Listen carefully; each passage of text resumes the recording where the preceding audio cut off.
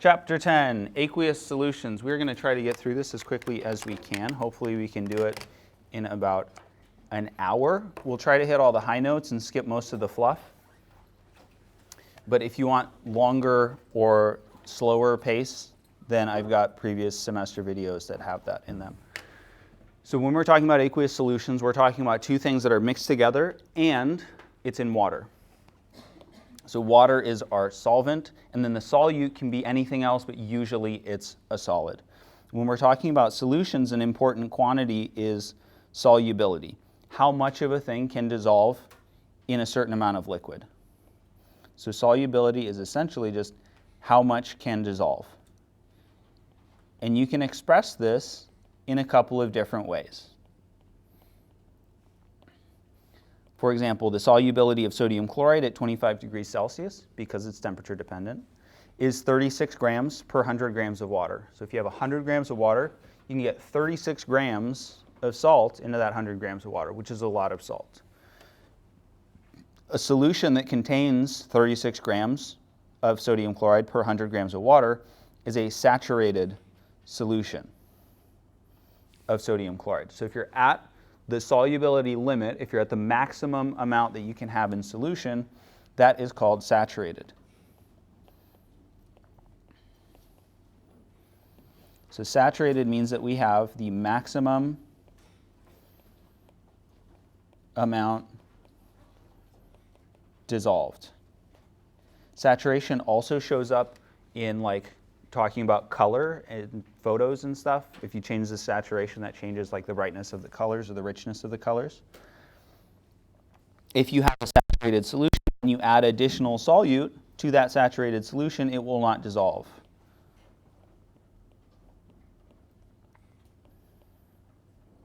So last week in our lab, we played around a little bit with saturation.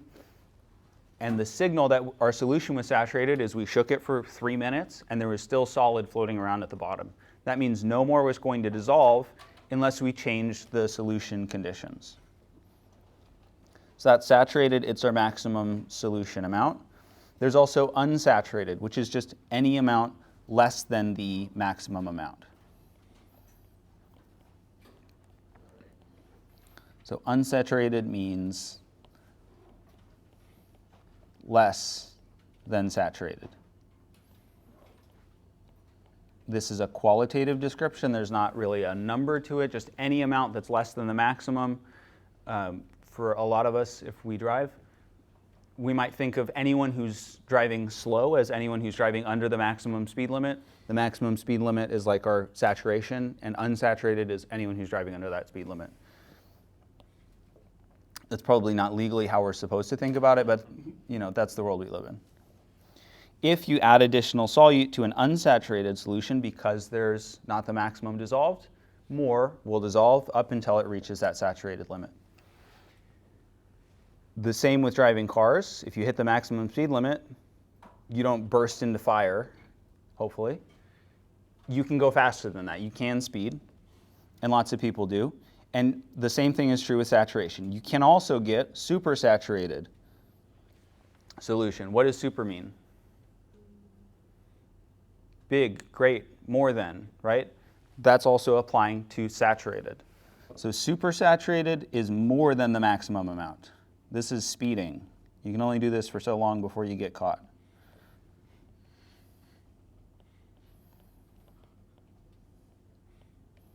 Or so I'm told. So we've got more dissolved into solution than we should have. And you might be thinking to yourself, how can that happen?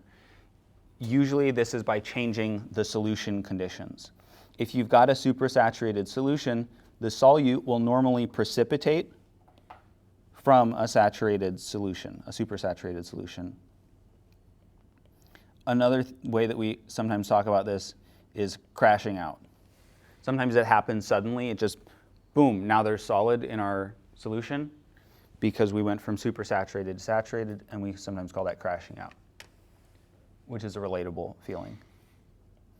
So supersaturated solutions can form under special circumstances, like a sudden change in pressure when a can of soda is open. So when you open a can of soda, there's pressurized gas in there, CO2, that you're releasing. The pressure suddenly drops, and the solubility of the CO2 that's in the can or in the soda also changes, and so you get lots of bubbling, more bubbling depending on your temperature. Supersaturated solutions are unstable. Here's an image of some ammonium nitrate crystals that formed and some links to playlists or some videos of people showing sodium acetate solutions crashing out. Oftentimes they can be dramatic, a lot of times they aren't dramatic. We took advantage of supersaturated solutions with our alum lab. So we left our solution over time in the fume hood for a couple of weeks. The volume of the water decreased. That decreased the amount of solvent that we had. And so our solubility went down with that. And so we got precipitate to form. Solubility also varies with temperature. This is something that many of us probably have experience with.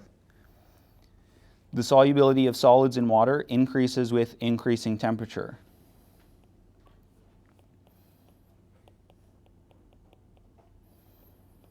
Solubility of solids increases when temperature increases. This is a generalization. It's not always true, but generally this is true.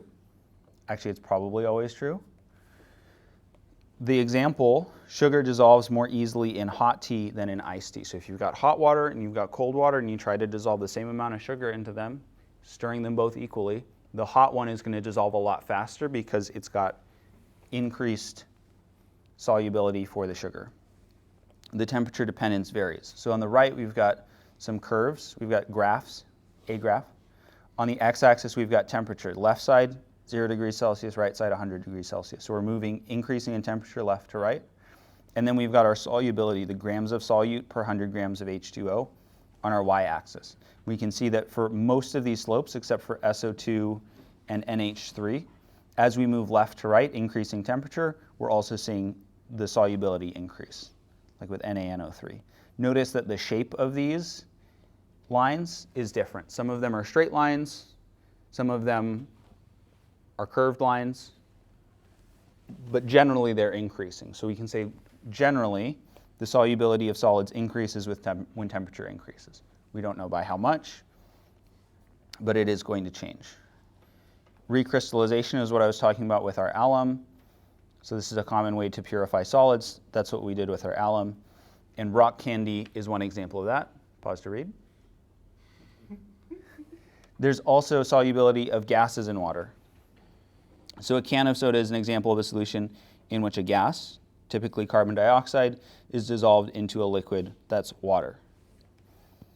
So remember from last chapter, a solution is not just solids dissolved into liquids. We can also have gases dissolved into liquids. We can also have liquids dissolved into liquids.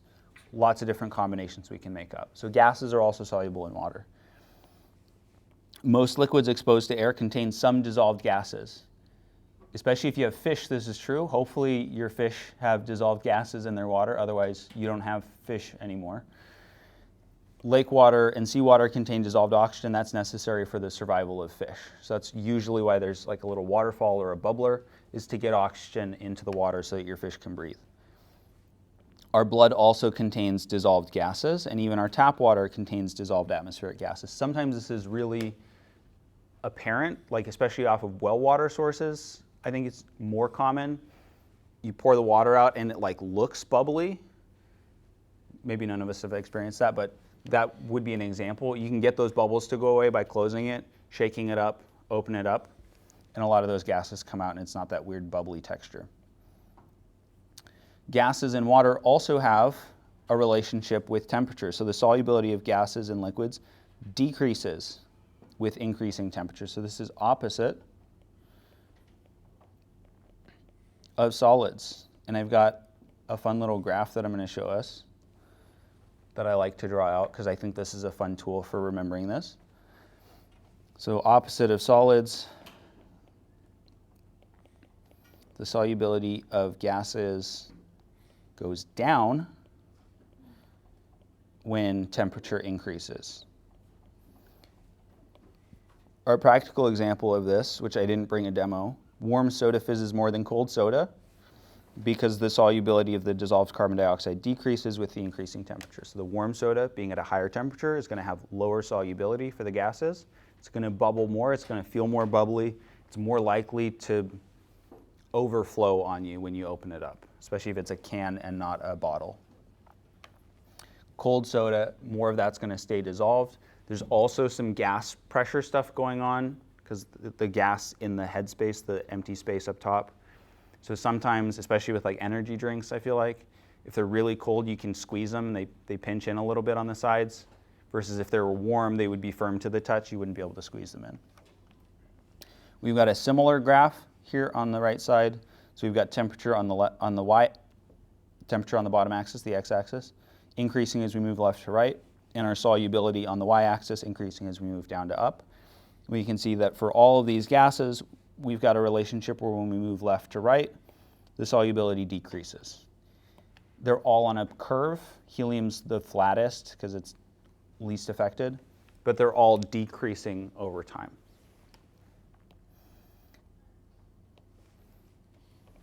There's also another thing that's going on with the solubility of gases. The solubility of gases also depends on the pressure, and we've got Henry's law that we are going to use qualitatively to talk about this. You can do quantitative stuff with Henry's law. We're not going to do that. Henry's law just says the higher the pressure of the gas, the more soluble the gas is in a liquid. Essentially, the more that you push down on that gas, like we see going from this left diagram to this right diagram, the more that you compress this cylinder, the more that you push down, the more pressure you're putting on the gas, and that's going to force some of it to go into the liquid, sort of we can think of it as escaping the pressure in the headspace. So cans of soda are typically pressurized. I think it's 2 atmospheres of pressure that are in there.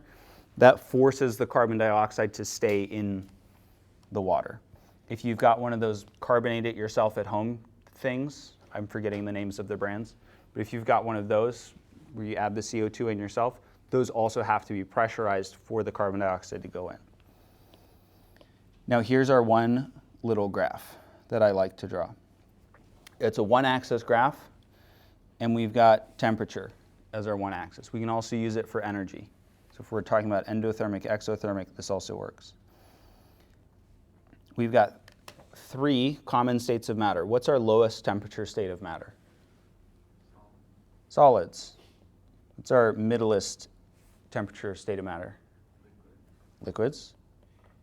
What's our highest energy state of matter? Gas. So what's happening when we're changing the solubility, the way that this works is we want to think about how are we changing solids or gases with respect to temperature to make them more like liquids. The more they're like liquids, the more they're going to dissolve in liquids. How are we going to make a solid more like a liquid by changing temperature? Increasing temperature. So increasing temperature increases solubility. What about for gases? How do we make it more like a liquid? Decreasing temperature. So when we decrease temperature, we increase the solubility of gases. If you increase the temperature of gases, right, that's the opposite direction. We're making it less like a liquid. It's going to be more true gas, and so it's going to decrease its solubility in water. So I really like this easy to put together graph. You just have to remember to think about how do we make solids more like liquids? How do we make gases more like liquids? I do like to put at least one question on gas and solid solubility and how it changes with temperature on exams. There's a can of soda being opened, essentially. We can put some numbers to solution concentration. One of the units that we use is mass percent. Mass percent is very common. It's not the only thing that we can use to specify solution concentration, but it's commonly what we'll see because it's relatively easy to do. Mass percent has a formula. Mass percent is the number of grams of solute. What's the solute?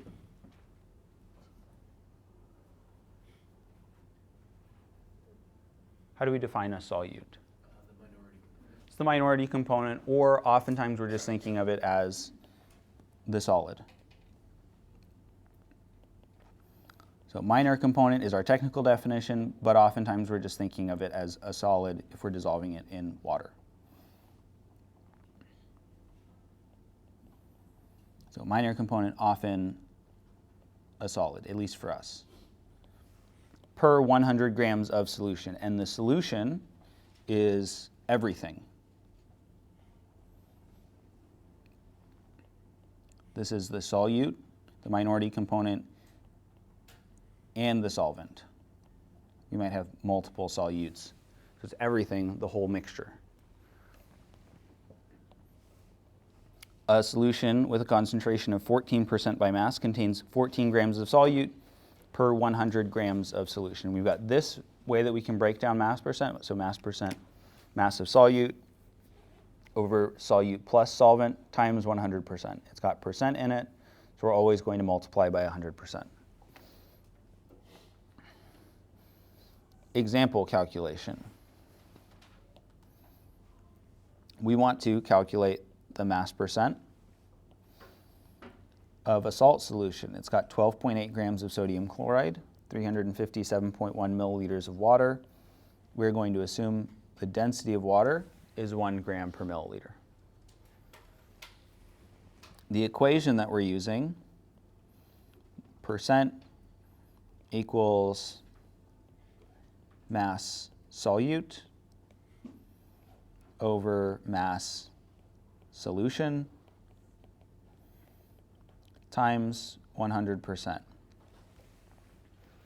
One of the not so nice things about going through everything so fast is that we're going through everything so fast. One of the nice things about it, though, is I'm going to give you more than I would normally on exams. So like I'll give you a mass percent equation, probably something that looks like the one that you've got up here. Do we have the mass of the solute? Yes, we have the mass of the solute. It says 12.8 grams. Do we have the mass of the solution? No. But we can figure out what it is. The solution is going to be the solute, the sodium chloride, plus the solvent, the water.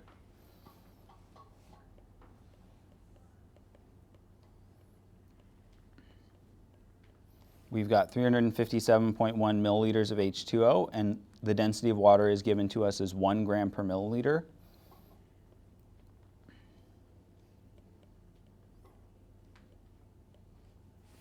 One gram per milliliter means that the units are just going to change to grams, which is really nice for us. No math, no serious math required. We also have our 12.8 grams sodium chloride. If we add those two things together, that will give us the mass of the solution.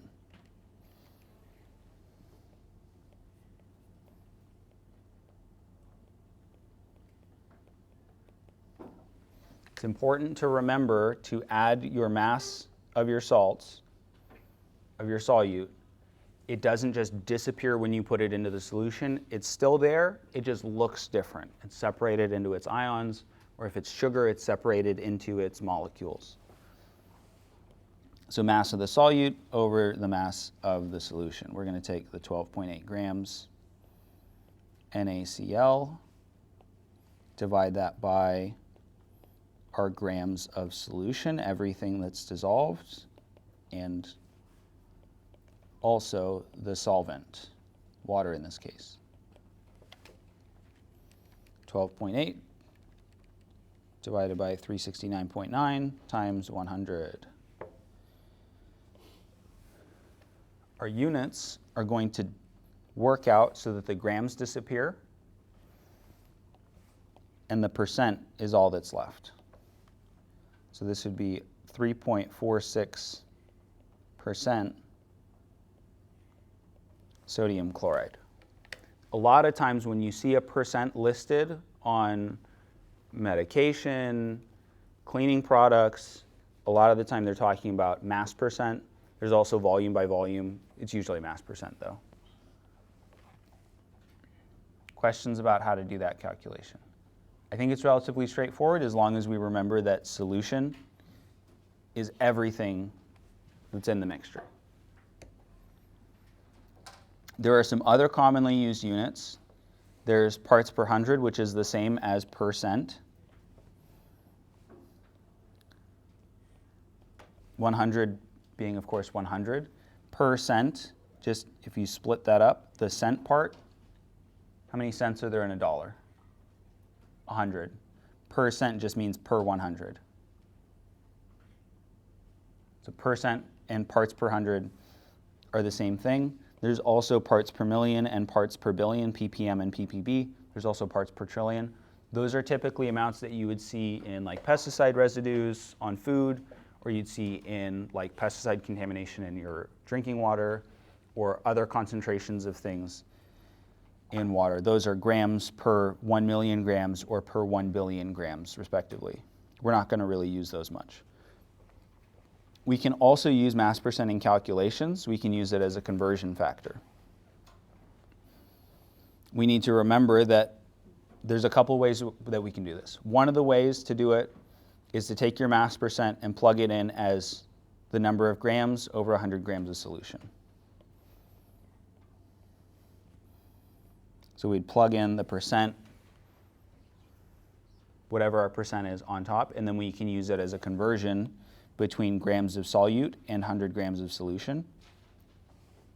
Like if we have 34%, we plug that in for the top part with grams of solute. You can also write out the full formula, and that might be easier for some of us. If your brain likes this and you're like, I'm cool with that, go for it.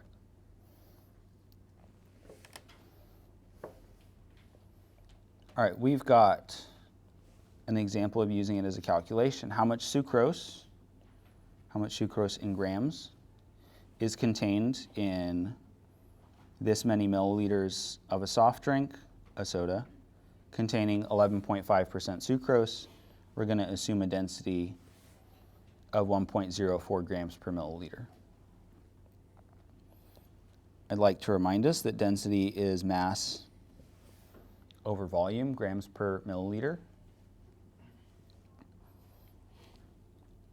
There's this little triangle thing that we can do, the pyramid scheme, to sell you more math, where we input D equals M over V into our little pyramid. We have density, we have volume, and we want to get mass. Mass, being that top part, is equal to the way the other things are related to each other, density times volume. This is a nice fast shortcut to do density calculation stuff. So our density of 1.04, bless you, 1.04 grams per milliliter, and we've got 355 milliliters. The milliliters cancel out. That's a sign that we didn't screw things up. This is 369.2 grams of what? Solute, solvent, solution, sugar.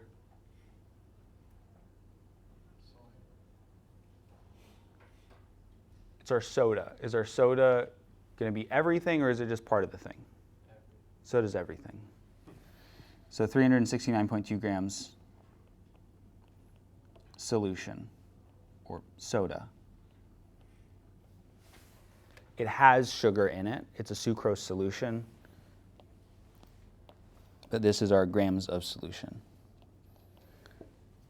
Our equation is percent equals grams solute over grams solution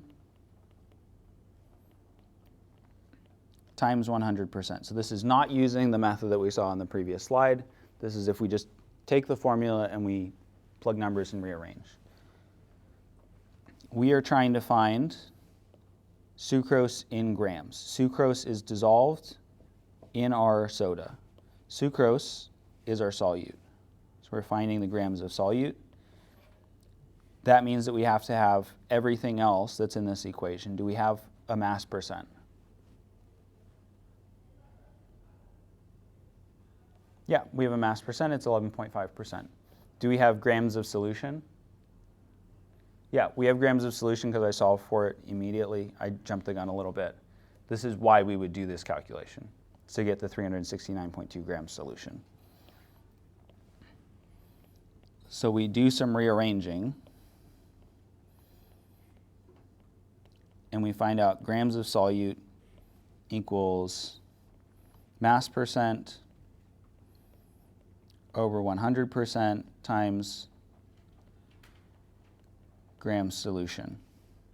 We multiplied both sides by grams of solution, we divided both sides by 100%, and then I flipped it left and right, all the steps that I did.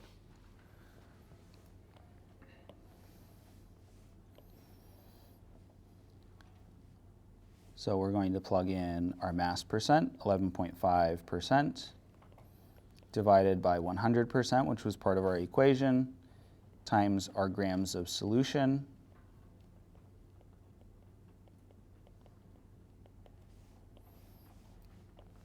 The percents cancel, grams are left over, 11.5 divided by 100 times 369.2.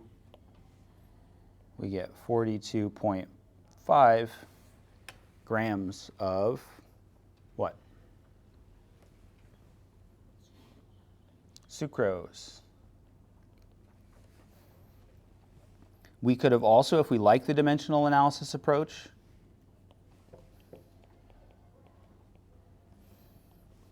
we take the 11.5% and we plug it into grams solute over 100 grams solution. This is an alternative way that we can solve it. You don't have to do it this way.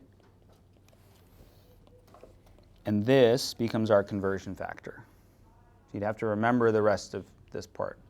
You could also use it as a decimal.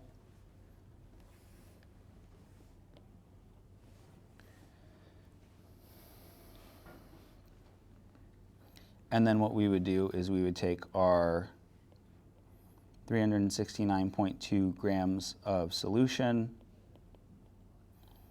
multiply it by our conversion factor,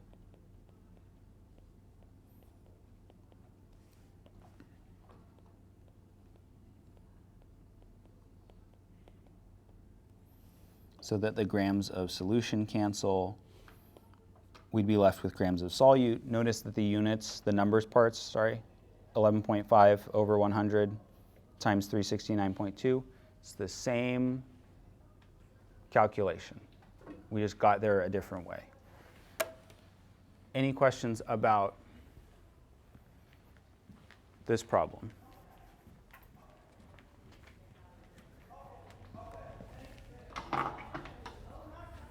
People are having a little too much fun in the hallway.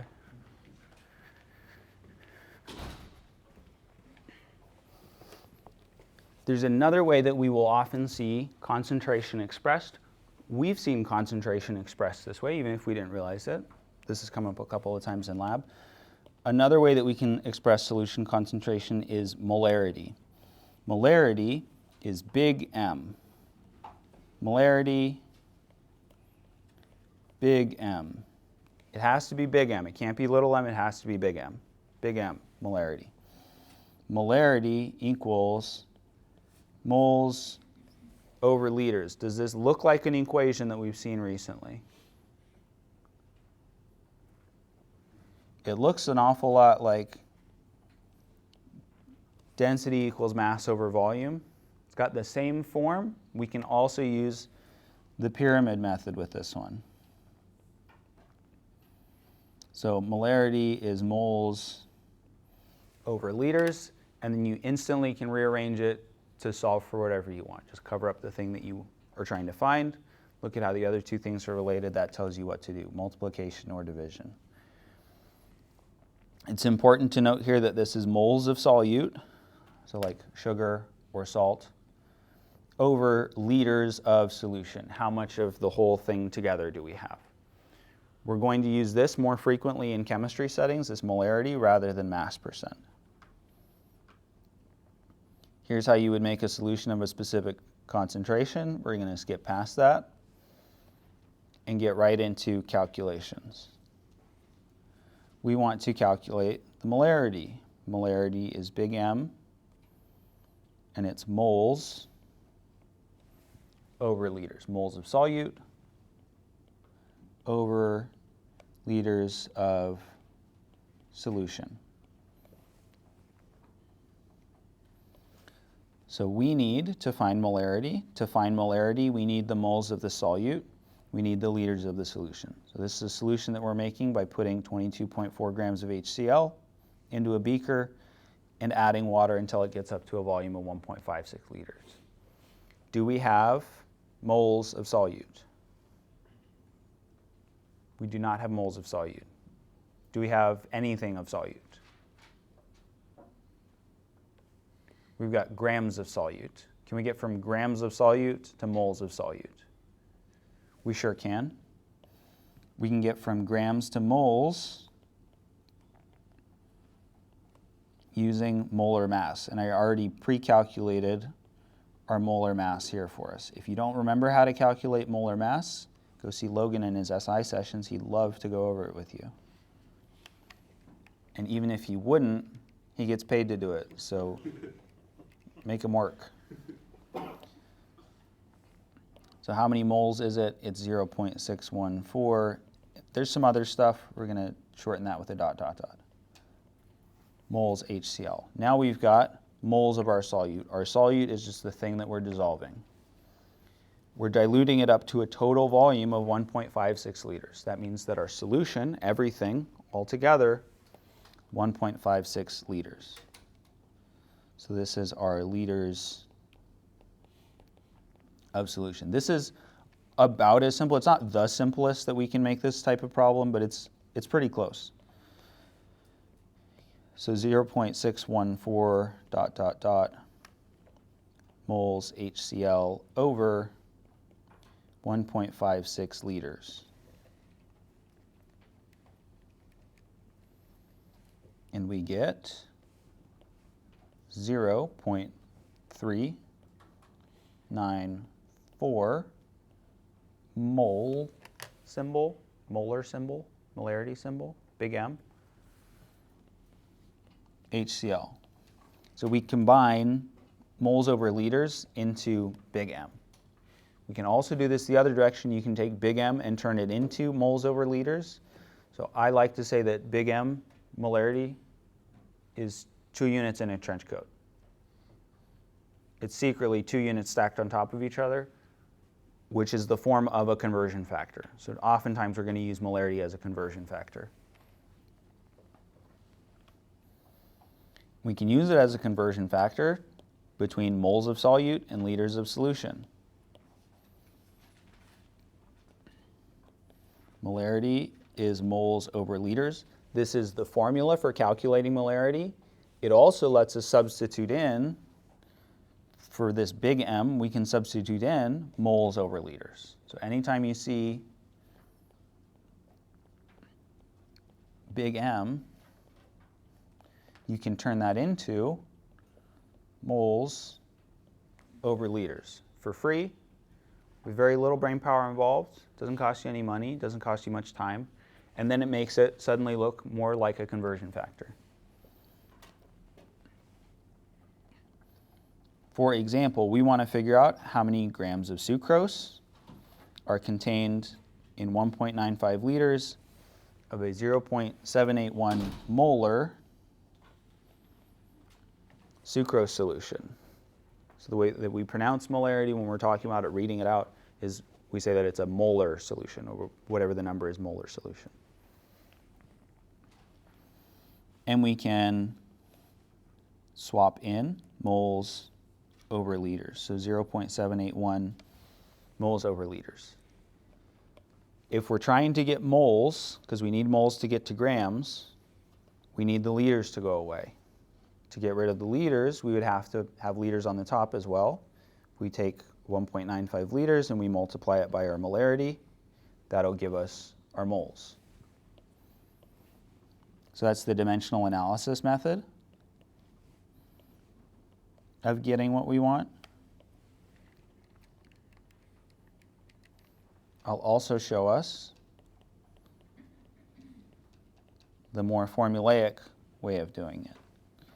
So up in the top right, molarity equals moles over liters. Put this into our triangle. We're trying to find moles.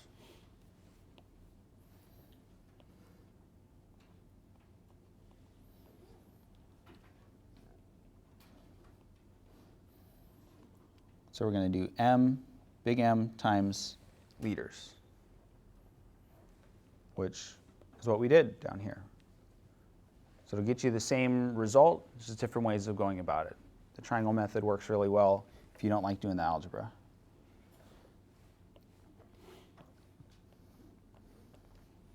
So that's moles of sucrose. If we've got moles and we're trying to get to grams, the grams is on top, the moles is on the bottom in our molar mass. We multiply these, the moles will cancel.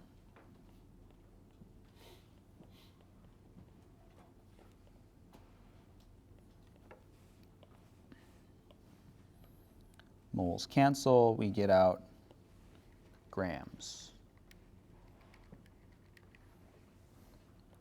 521 grams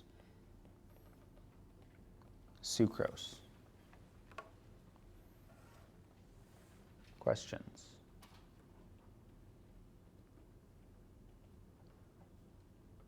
I know we're going fast, but it is recorded, so you can also just watch it back at half speed, or just watch it back again. How many liters of a this many molar, 2.25 molar copper sulfate solution, copper 2 sulfate solution, contains 55.8 grams of CuSO4? What are we finding? Liters of solution. We see a big M. Anytime you see this big M, you should probably be thinking molarity equals moles over liters. I'm anticipating that I'll also give you this equation on the exam, which is kind of crazy. Okay, our little triangle, that's a really bad triangle, really bad pyramid. L goes in that bottom right part. Finding L, there it is. All right, so there's L. That's what we want liters. So we're going to do moles over molarity.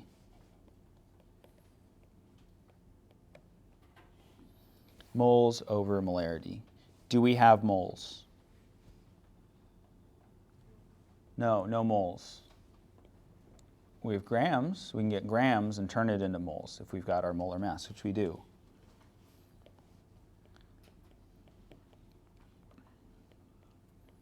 So our grams of copper sulfate, we're going to divide it by our molar mass. Grams cancels grams. 55.8 divided by 159.606.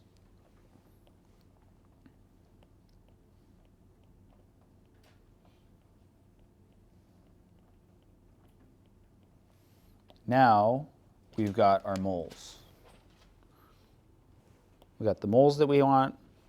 We have molarity, so we just plug stuff in, and we'll get our answer out.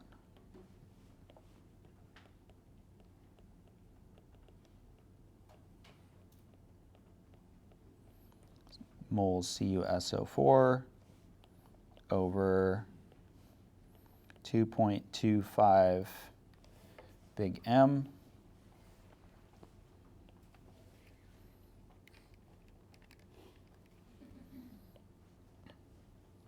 We get 0.155 liters.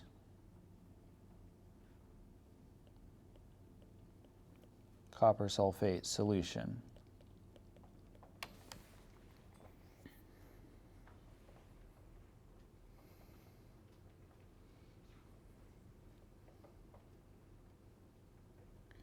There's also a triangle method that I don't think I pointed out on a recording before. There's also a triangle method for grams, moles, and molar mass.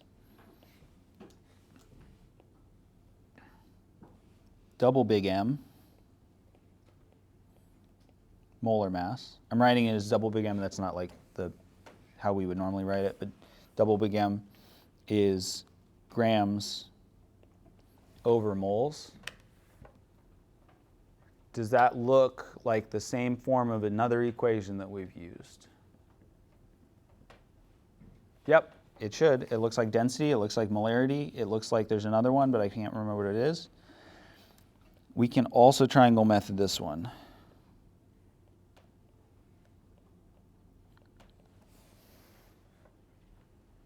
Really just stacking up our pyramids. We've got a real triforce of pyramids here. So you can also use that one if you hate doing the molar mass conversion calculation stuff. You can never remember what goes where. There you go. That'll do it for you. Other stuff that we can do with solutions, we can calculate ion concentration. So things dissolve. Ionic compounds a lot of the time dissolve, not all the time, because we talked about solubility last time. Ions can dissolve, and they have sometimes different concentrations.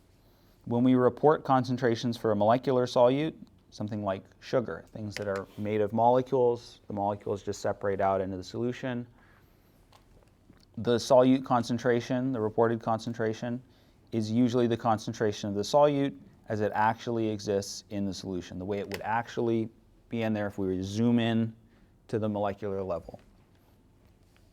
The reported concentration of ionic solutes reflects the concentration of the solute before it's dissolved into solution. Having a stroke. Before it's dissolved into solution. So if we have a 1 molar calcium chloride solution, before it dissolves, we've got 1 mole of calcium chloride units per liter of solution. When this dissolves, it's going to separate into ion. Dissolves into ions. Nope, not having a stroke. Okay. The little smile test. We're good. When it dissolves into ions, how many calciums? How many calciums in CaCl2? 1 Ca. 1 calcium, it's going to be a 2+ charge. How many Cls? 2. 2 Cl minuses. So our ratio, 1 CaCl2 to 1 Ca2+ to 2 Cl minuses. So we're doing a little bit of stoichiometry here. Take your ionic compound, break it into its ions. That gives you your ratios. So this 1 molar calcium chloride solution is going to have 1 mole of calcium per liter and 2 moles of Cl minus per liter. We can approximate our concentrations from the overall concentration. Here's an example. Calculate the molar concentrations of Ca2+ and Cl minus, given that it's a 1.25 molar CaCl2 solution. So 1.25 big M CaCl2. We just talked about on the previous slide, this is going to turn into, let's do it as a separate thing. CaCl2 is going to turn into a Ca2+ and 2 Cl minus. So when we are finding our molar concentration of our calcium, for our calcium, we've got 1 CaCl2 to 1 Ca2+. We just made a little equation that shows how this breaks down into ions.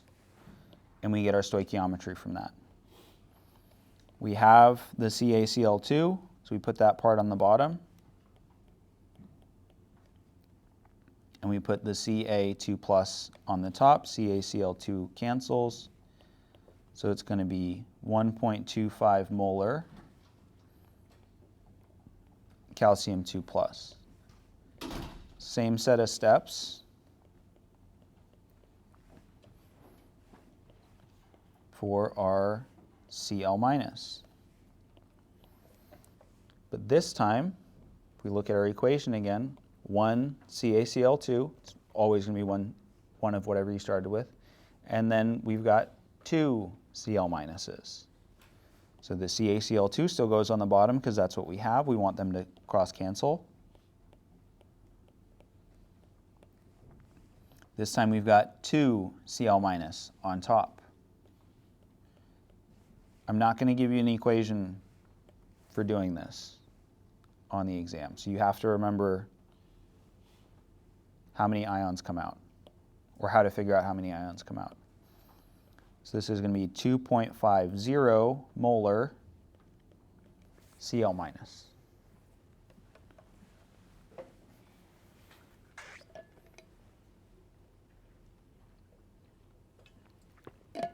Danger, warning, caution, alert, cuidado. Solution dilution. Solutions are often stored in concentrated forms. We call them stock solutions, so that we can store small amounts and then we dilute them down. We add more solvent, we add more water or whatever else, and we make a larger batch of a less concentrated solution. We have an equation for solution dilution. It's only for solution dilution. What do we use this solution dilution equation for? Solution dilution. Do we use it for anything else? No, we don't. Please don't use this for anything else. This is only good for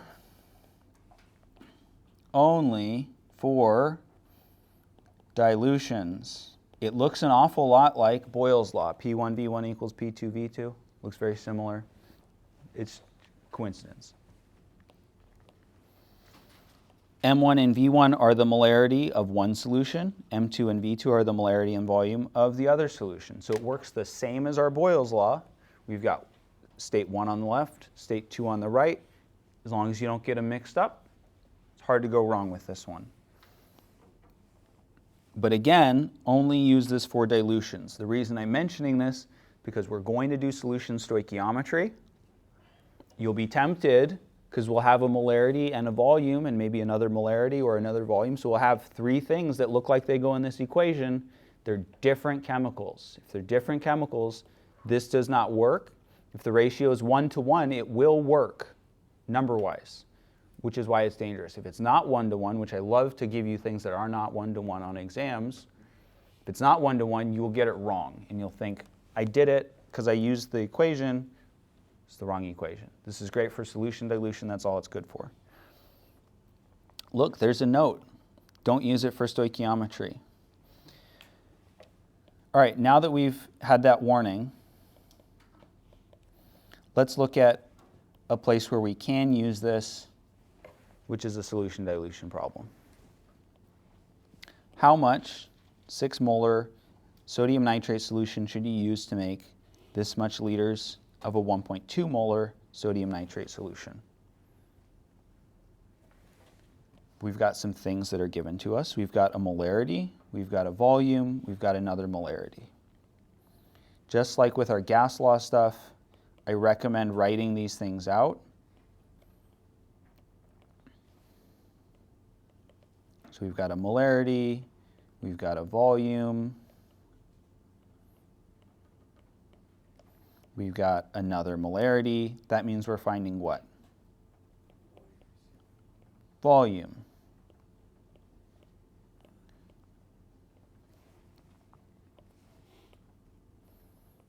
We'll call it V2. V2, who knows what it is?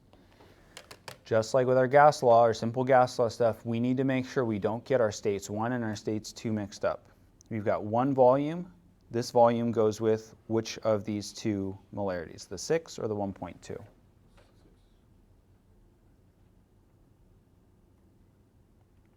It's not the 6. It goes with the 1.2. The reason it goes with the 1.2, 0.442 liters of A connects these 2, of a 1.2 molar sodium nitrate solution. So these 2 things go together. So our V1, our M1 are the second set of numbers, and the M2 is the 6 molar.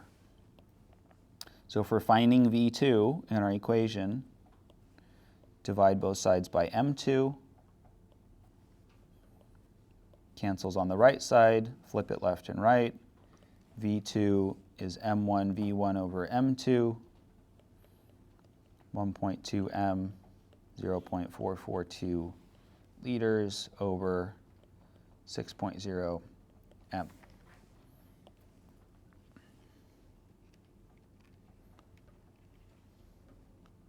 0.088 liters of the 6.0 molar NaNO3 solution.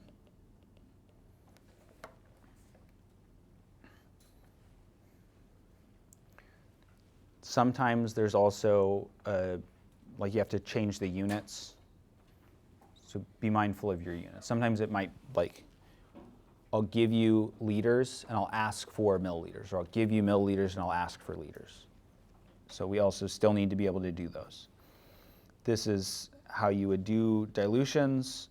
We can also do stoichiometry, solution stoichiometry. So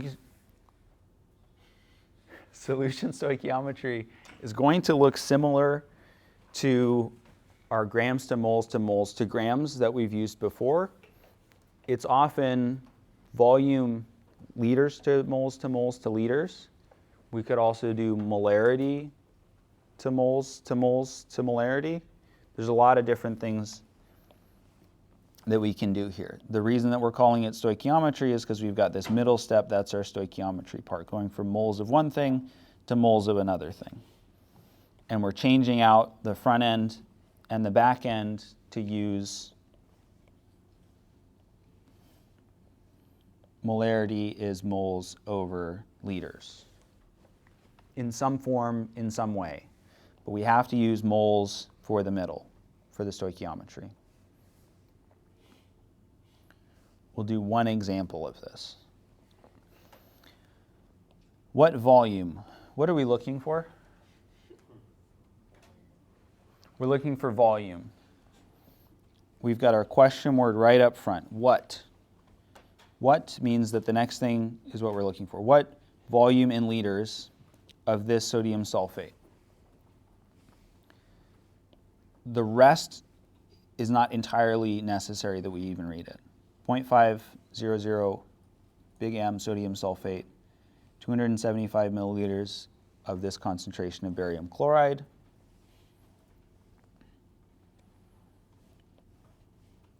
To completely precipitate, meaning it completely reacts, and we're told that we have a balanced chemical equation. So our goal is to find liters of sodium sulfate, Na2SO4. We only have one thing that's related to that. We've got the molarity.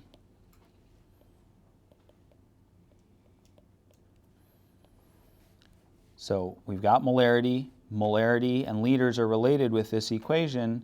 To get the liters, we would need the moles. We've got molarity.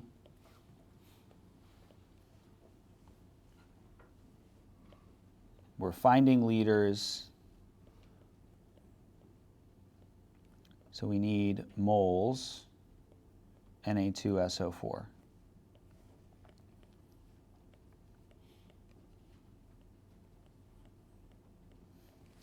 We don't have grams, so we can't do a grams to moles, but we've got some information for another chemical, which is our barium chloride, our BaCl2. So if we know how much BaCl2 we had, we've got our balanced chemical equation, we can relate these two things to each other. In this case, it's a 1-to-1. So we can use our ratio step if we've got moles BaCl2. We can find moles of BaCl2 from molarity equals moles over liters, because we've got a volume and we've got a molarity. Our volume is given in milliliters. We need to convert that to liters. 0.275 liters. You divide by 1,000. So those are all the pieces. This is one of the problems where if you do the M1V1 equals M2V2, sadly, you'll get the right answer. The next problem is not a 1-to-1 ratio, if I remember correctly. Yeah, this one's not a 1-to-1 ratio, so you won't get the right answer. But we don't have time for me to show you that, so I'm not going to. So starting with our 0.275 liters, our 0.250 molar,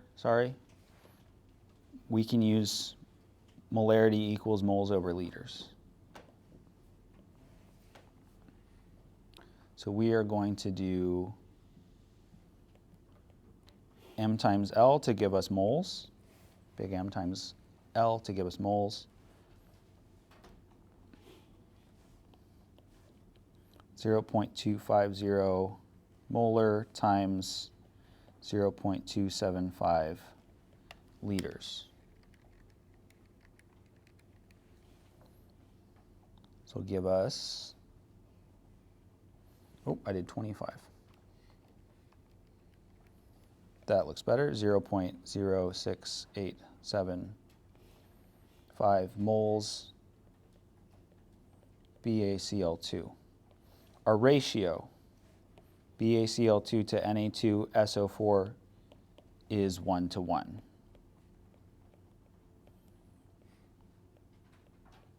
BaCl2 on the bottom, sodium sulfate on the top.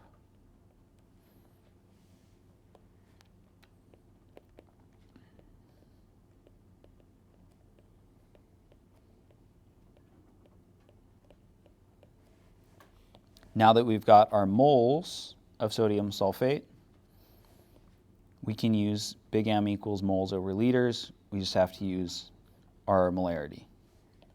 So we're going to divide by our molarity, because it's secretly 2 units in a trench coat. And the units that are in that trench coat are moles and liters. If it feels like we're going fast, it's because we're going fast.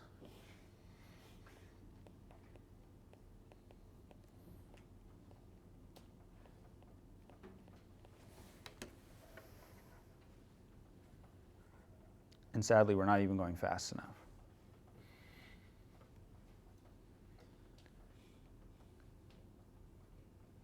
So the stoichiometry part, the middle part, using the balanced chemical equation, same as the stuff we've done before. We've just got a little bit of extra work now that we can change out the front and the back.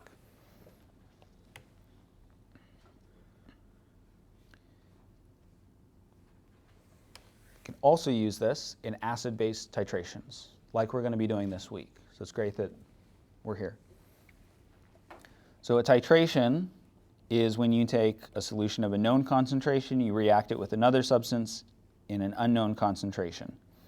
It's an acid-base titration. Our net ionic equation for acid-base reactions is the H+, this is the acid part, plus OH-, this is the base part. That turns into water. So when we're doing an acid-base reaction, an acid-base titration, we're taking an acid, we're mixing it with a base, they neutralize each other and turn into water. There's some other stuff that goes on. Let's look at what's happening at the molecular level. A lot of this stuff is just FYI stuff. So our HCl solution we're representing with just the H pluses.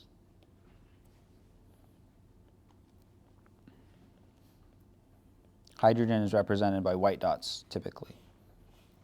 So we're just going to show the H pluses. We're also going to have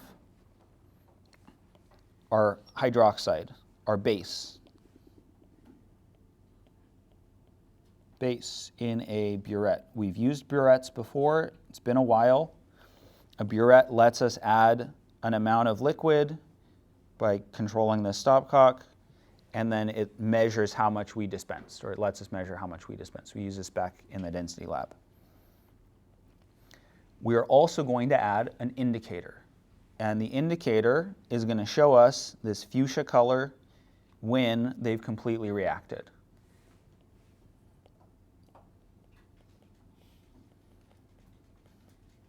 indicator turns pink, or fuchsia in our case, when reactants are gone, when they're all used up, once we've hit the equivalence point. The equivalence point is when the moles of hydroxide, the moles of OH minus, equals the moles of H plus, and that means that the titration is complete. This lets us use stoichiometry. The one that we use for our indicator, you don't need to know how to spell this, it's phenolphthalein.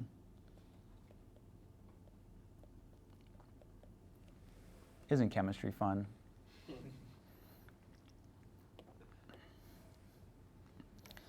Essentially, all we're doing with this is that calculation, the last example calculation that we did. That's all we're doing in an acid-base titration. So we take sodium hydroxide, we add it to, it wouldn't actually work with an HCl solution, but we add it to some acid solution. When these reach stoichiometric proportions, meaning that 1 mole of hydroxide is reacted for every 1 mole of H+, our indicator changes to pink. It can end up being a very light pink color like this. It could also end up being a dark pink color like this one. We want it to end up ideally with a light pink color, or know that we only added 1 drop and it turned this dark pink color. So a little bit of luck involved in acid-base titrations.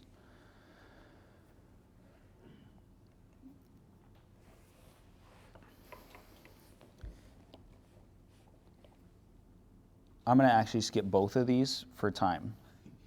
We'll come back if we've got time for them. We're going to do the calculations in lab, so that's part of why I don't feel too bad about skipping them right now. All right, our last little bit, our last little stretch of 10 slides. Freezing point depression and boiling point elevation. These are two properties that are called colligative properties. Colligative properties are fun because they depend on the number of dissolved solute particles, not on the type of solute particles. So it doesn't matter what type of solute is in there, it just matters how many parts, how many pieces do you have in there, or essentially how many moles of solute particles do you have. If you add a non-volatile, meaning a low vapor pressure liquid, something that doesn't evaporate quickly, solute, to a liquid, it extends the temperature range that the liquid remains a liquid. I'm going to refer back to our one-axis graph. And I'm going to do this down below, actually, because we need a little space. So we've got solid, liquid, gas. If we add, let's make this more dramatic. If we add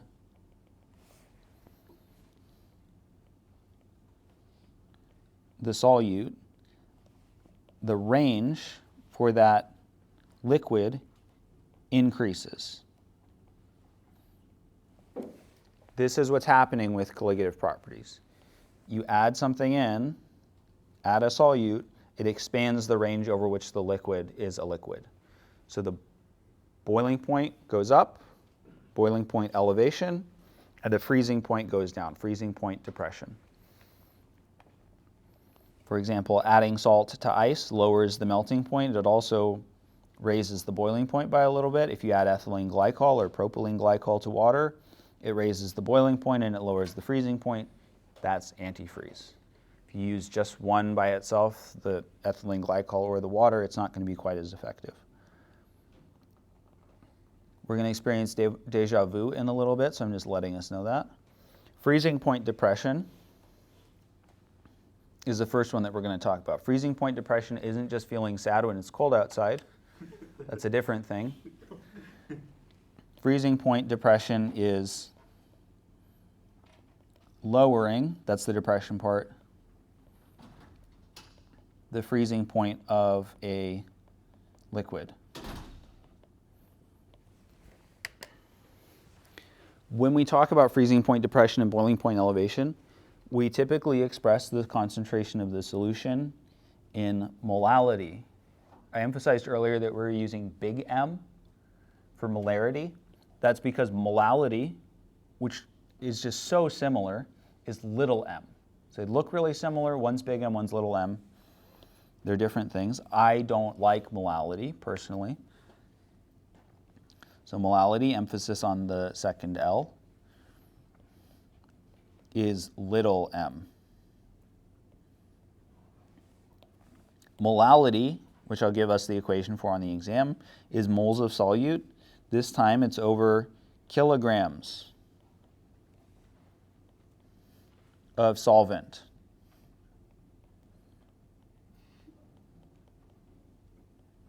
Just the solvent, not the solution, just the solvent.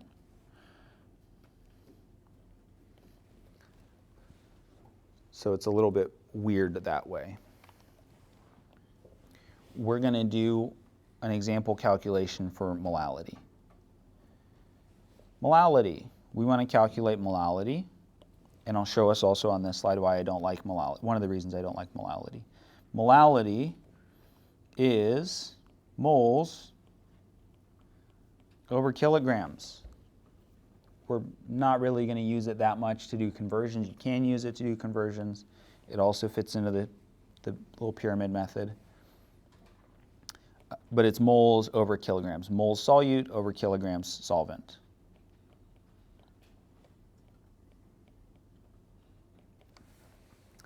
We want to calculate the molality of a fructose solution containing some fructose and some water. Which one of these two, the fructose or the water, is our solute?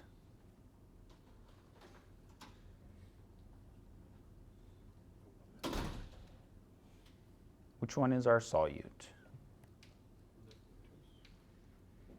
It's a fructose solution, so fructose is the solute. Fructose is also the minority component. It's 50.4 grams versus 0.332 kilograms. That's 332 grams. So fructose is our solute, and the 0.332 kilograms of water is in kilograms because that's our solvent. It's set up to be nice. However, we've got grams and we need moles. That's why I've given us the molar mass.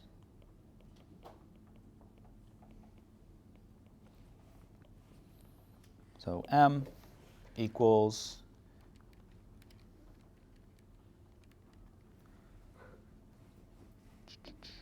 0.279 and some other stuff moles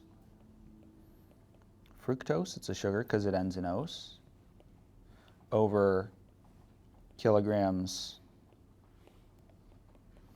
solvent, which is our water. This gives us 0.843 little m fructose. When it was big M, molarity, we cut off the itty part at the end. We would call it molar. We do the same thing with molality. We cut off the itty at the end, and instead of molality, it's molal. So this is a 0.843 molal fructose solution, and I don't like the way that that feels to say. That's part of why I don't like molality. I'm not joking, unfortunately, that's true. So that's how we calculate molality. You will have the formula for molality. You need to be able to identify what goes on the top, what's supposed to go on the bottom, what's solvent, what's solute. Freezing point depression of a solution is delta TF. The delta part here is really important. What's delta here mean? Change in the temperature. The little f here meaning freezing. It's the molality times the freezing point depression constant. Different solvents have different values for their freezing point depression constant. This will be given to you on exams. This is about as simple of an equation as we've seen this entire class, which is awesome. However, this delta TF is going to screw you up at some point, almost definitely, because it's a change in the freezing temperature, which means that that's how much the freezing temperature changes. It's freezing point depression, that's how much the temperature drops. So delta TF is how much the freezing point goes down.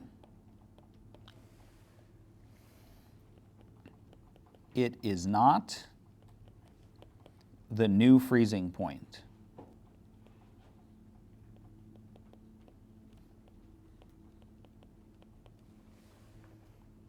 I repeat, it is not the new freezing point. If we're working with water, the freezing point of water is what in Celsius? 0 degrees Celsius. So when we find our delta TF, it's going to be a positive number. Let's say that it's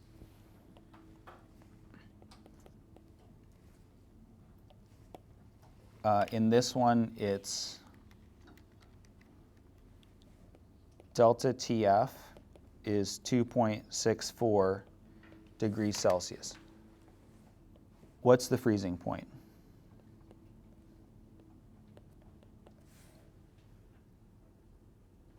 For this water solution, the sucrose aqueous solution? What would our new freezing point be? It's not 2.64. Freezing point what? Depression. It goes down. I didn't mean to give it that much emotion. The freezing point is negative 2.64 degrees Celsius. It's an easy equation, but it's not. This is why I was saying it's probably going to get you at some point. This is how much it goes down.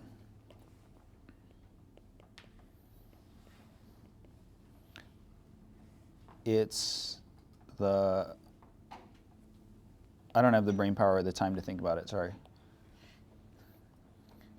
There's also boiling point elevation. Here's our deja vu. Boiling point elevation, delta TB, that's not tuberculosis, equals lowercase m times KB. It's the same thing, except now it's elevation. This is still change in temperature.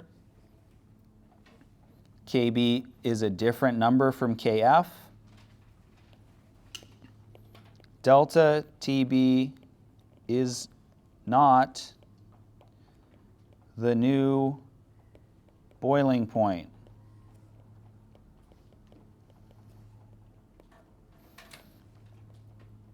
Add it to the boiling point to get the new boiling point. What's the boiling point of water in degrees Celsius?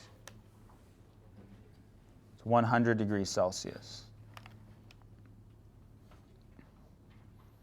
I could give you an example or a question like this. You'd have to calculate the delta TB. The normal boiling point's 100. We've got 101.78. You'd take this, subtract 100. That gives you your delta TB. And then you can solve for molality. I go through these in previous semesters. We're going to mention osmosis. Osmosis is when solvent, liquid, flows from a less concentrated solution to a more concentrated solution. Low salt to high salt. It's because of the ion dipole force. It tries to balance out the concentration. So it's going to move from low concentration to high concentration. It can flow, water can flow through semi-permeable membranes if they're permeable to water. So if we've got a low concentration solution on the left side, high concentration solution on the right side, the water wants to flow from the low concentration side to the high concentration side until the volumes are equal. We're only doing concepts with this, if I even test you on it. Reverse osmosis works the opposite way. You push on the water and it goes through a membrane, and then it's just pure water that comes out. Osmotic pressure is a colligative property. This also occurs in blood cells. Read it if you want to learn more about that. That's all of chapter 10. Any questions?